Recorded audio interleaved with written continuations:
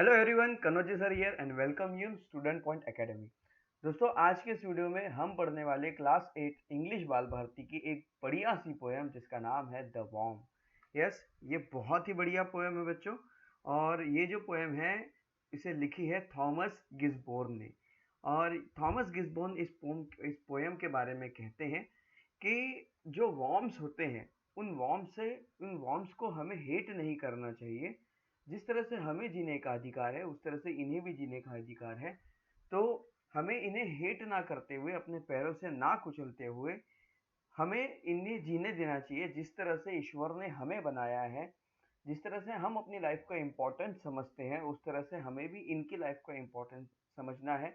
इस दुनिया में, इस पृथ्वी में जीने का अधिकार जितना हमारा है उतना ही इन वॉर्म्स का भी है, इन कीड़ों मकोड़ों का भी है। तो चलिए इस प्यारी सी पोएम को स्टार्ट करते हैं और समझते हैं।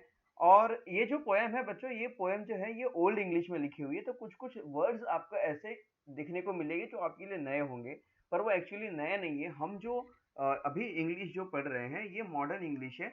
इसके पहले जो ये ओल्ड इंग्लिश यूज हुआ करती थी, वो ओल्ड इंग्लिश में कुछ वर्ड्स यहाँ पर आए हुए हैं।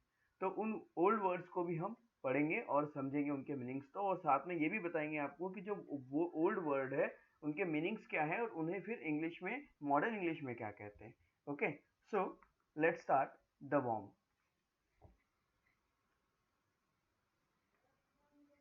Turn they hasty foot aside, nor crush that helpless worm. The frame they scornful looks deride, required a god to form.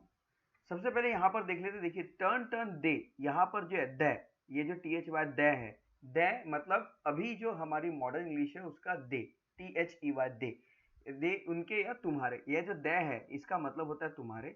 Hasty यानी जल्दबाजी, फुट यानी पैर, असाइड यानी इधर या उधर। नॉर क्रश, नॉर क्रश मतलब क्रश यानी यहाँ पर होगा कुचलना। दैट हेल्पलेस वॉर्म मतलब वो जो बेचारे जो कीड़े हैं, हेल्पलेस मतलब बेचारे कीड़े। The worms they scornful looks deride. तो ये जो वॉर्म्स है, जो कीड़े मकोड़े हैं, इन्हें देखते ही हमें घिन आने लगती है, घृणा होने लगती है। छिपकली दिख जाए या कोई कैटरपिलर दिख जाए, हम अलग ही बिहेव करते हैं, हमारा फेशियल एक्सप्रेशन अलग ही चेंज हो जाता है। हम बहुत एक घिन आए जैसा उनसे व्यवहार करते हैं, हम उन्हें डिराइड करते हैं, डिसलाइक करते हैं, नापसंद करते हैं। Required a God to form. अब यहाँ पर देखिए, ये जो रिक्वायर्ड है यहाँ पर एपोस्ट्रोफिक ये लगा हुआ है, ये जो कॉमा लगा हुआ है, ये जो साइन लगा हुआ है, इस साइन का मतलब यहाँ पर ई होता है जो यहाँ पर है नहीं। तो ओल्ड इंग्लिश में इस तरह से यूज किया जाता था, पर आज की इंग्लिश में R E Q U I R यहाँ पर ई डी होता है। तो जहां पर भी आपको इस तरह का साइन मिलेगा वहां समझ जाइएगा इस पोएम में कि वहां पर ई होगा। तो चलिए स्टैंजा का मतलब समझते हैं। टर्न दे हैस्टी फूड असाइड। जल्दबाजी में आप अपने फूड को, अपने पैरों को इधर उधर मत रखो, ठीक है। और अगर आपके पैर के नीचे अगर कीड़े आ जा रहे हैं तो अपने पैर को एक तरफ रखो। अब पूरा फ्लैट फुट अगर हम रखेंगे तो कीड़ा जो है हमारे पैर के नीचे दब जाएगा। तो कई बार ऐसा हो सकता है, उन्हें बचाने के लिए हमें अपने पैर को इस तरह, ऐसे या ऐसे रखना पड़ सकता है। Turn they hasty food aside, nor crush that helpless form. अपने पैरों को इधर उधर मत रखिए, जरा संभाल कर रखिए, देख कर रखिए, कहीं वो बेचारे कीड़े तुम्हारे पैरों से कुचल न जाए। The frame this scornful looks deride. चाहे भले वो कैसे भी दिखाई देते हो, भले उनको देखकर तुम्हें घृणा आती हो या तुम उन्हें पसंद ना करते हो, पर इन छोटे छोटे क्रिएचर्स को भी गॉड ने ही बनाया है। इन्हें बनाने के लिए भी भगवान की जरूरत है। तो जिस तरह से भगवान ने हमें बनाया, जिस तरह से गॉड ने हमें बनाया, उस तरह से गॉड ने इन क्रिएचर्स को भी बनाया है। और जिस तरह से हमें जीने का अधिकार है उस तरह से इन बेचारे क्रिएचर्स को भी जीने का, इन कीड़े मकोड़ों को भी जीने का अधिकार है। इसलिए चलते समय अपने पैरों को ध्यान पूर्वक रखें, और अगर आपके पैरों के नीचे कोई कीड़ा आ रहा है तो उसे कुचले ना, उसे जाने दें और अपने पैरों को संभाल कर रखें। The common lord of all that move, from whom they beings followed. Common Lord of all that move मतलब आपको जिसने बनाया है, आपको जिस भगवान ने बनाया है, उसी भगवान ने, उसी खुदा ने सभी को बनाया है। तो एक ही भगवान है, भगवान एक ही ईश्वर है, और इस ईश्वर ने इस पूरी पृथ्वी को बनाया है, आपको बनाया, मुझे बनाया, इन छोटे छोटे क्रिएचर्स को, कीड़े मकड़ों को बनाया है। From whom they beings followed, यहाँ पर देखिए एपोस्ट्रॉफ, यहाँ पे ये मार्क है, तो यहाँ पर जो आएगा ई आएगा। ओके, तो from whom they being followed, they being follow मतलब योर लाइफ एग्जिस्टेंस, मतलब जिसकी मदद से, जिसकी वजह से आपकी लाइफ एग्जिस्टेंस है इस दुनिया में, आप जिसकी मदद से हो, जिसकी वजह से हो, किसकी वजह से हम इस दुनिया में, भगवान की वजह से। तो ये जो लॉर्ड है जिसकी वजह से आप हो, ये लॉर्ड कॉमन है, सभी के लिए एक जैसा है, और उस एक ही भगवान ने सबको बनाया है। A portion of his boundless love on that poor worm bestowed, यहाँ पर भी ये होगा। तो यहाँ पर क्या कहा जा रहा है कि वो जो गॉड है, जिस गॉड ने आपको बनाया, मुझे बनाया, उसी गॉड ने इन क्रिएचर्स को भी बनाया। तो जितना गॉड आपसे प्यार करता है, उतना ही गॉड इन क्रिएचर्स से भी प्यार करता है। तो जिस तरह से हमें जीने का अधिकार है, उस तरह से उन्हें भी जीने का अधिकार है। और जितना हम एक दूसरे के साथ लव करते हैं, प्यार करते हैं, एक दूसरे की को दुख नहीं पहुंचाते, उस तरह से हमें भी किसी क्रिएचर्स को दुख पहुंचाने का अधिकार नहीं है।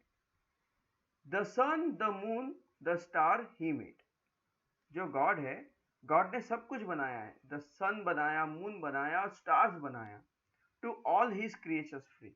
जैसे सन, मून, स्टार्स, ऐसा हम कह सकते क्या वो मेरा सन है, वो मेरा मून है, वो मेरा स्टार है? हम ऐसा नहीं कहते, क्योंकि ये क्रिएचर ने सभी के लिए बनाया है।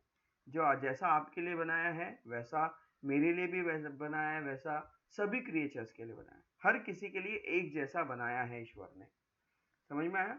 तो जिस तरह से सन, मून, स्टार्स सबके लिए एक जैसे हैं, ओके, वैसे ही उन क्रिएचर्स है, जो छोटे छोटे क्रिएचर्स है, उन क्रिएचर्स के लिए भी सन, मून एंड स्टार्स एक जैसे। And spread over earth the grassy blade, और जो अर्थ में जो पूरी ग्रास फैली हुई है, जो घास पूरी पृथ्वी में हर जगह फैली हुई है, ये सभी के लिए है।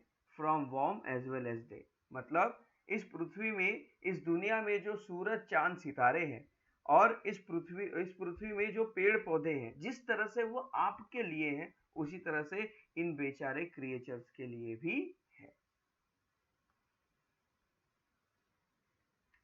नाउ नेक्स्ट स्टैंजा, अब देखिए इधर, let them enjoy their little day, their lovely bliss received.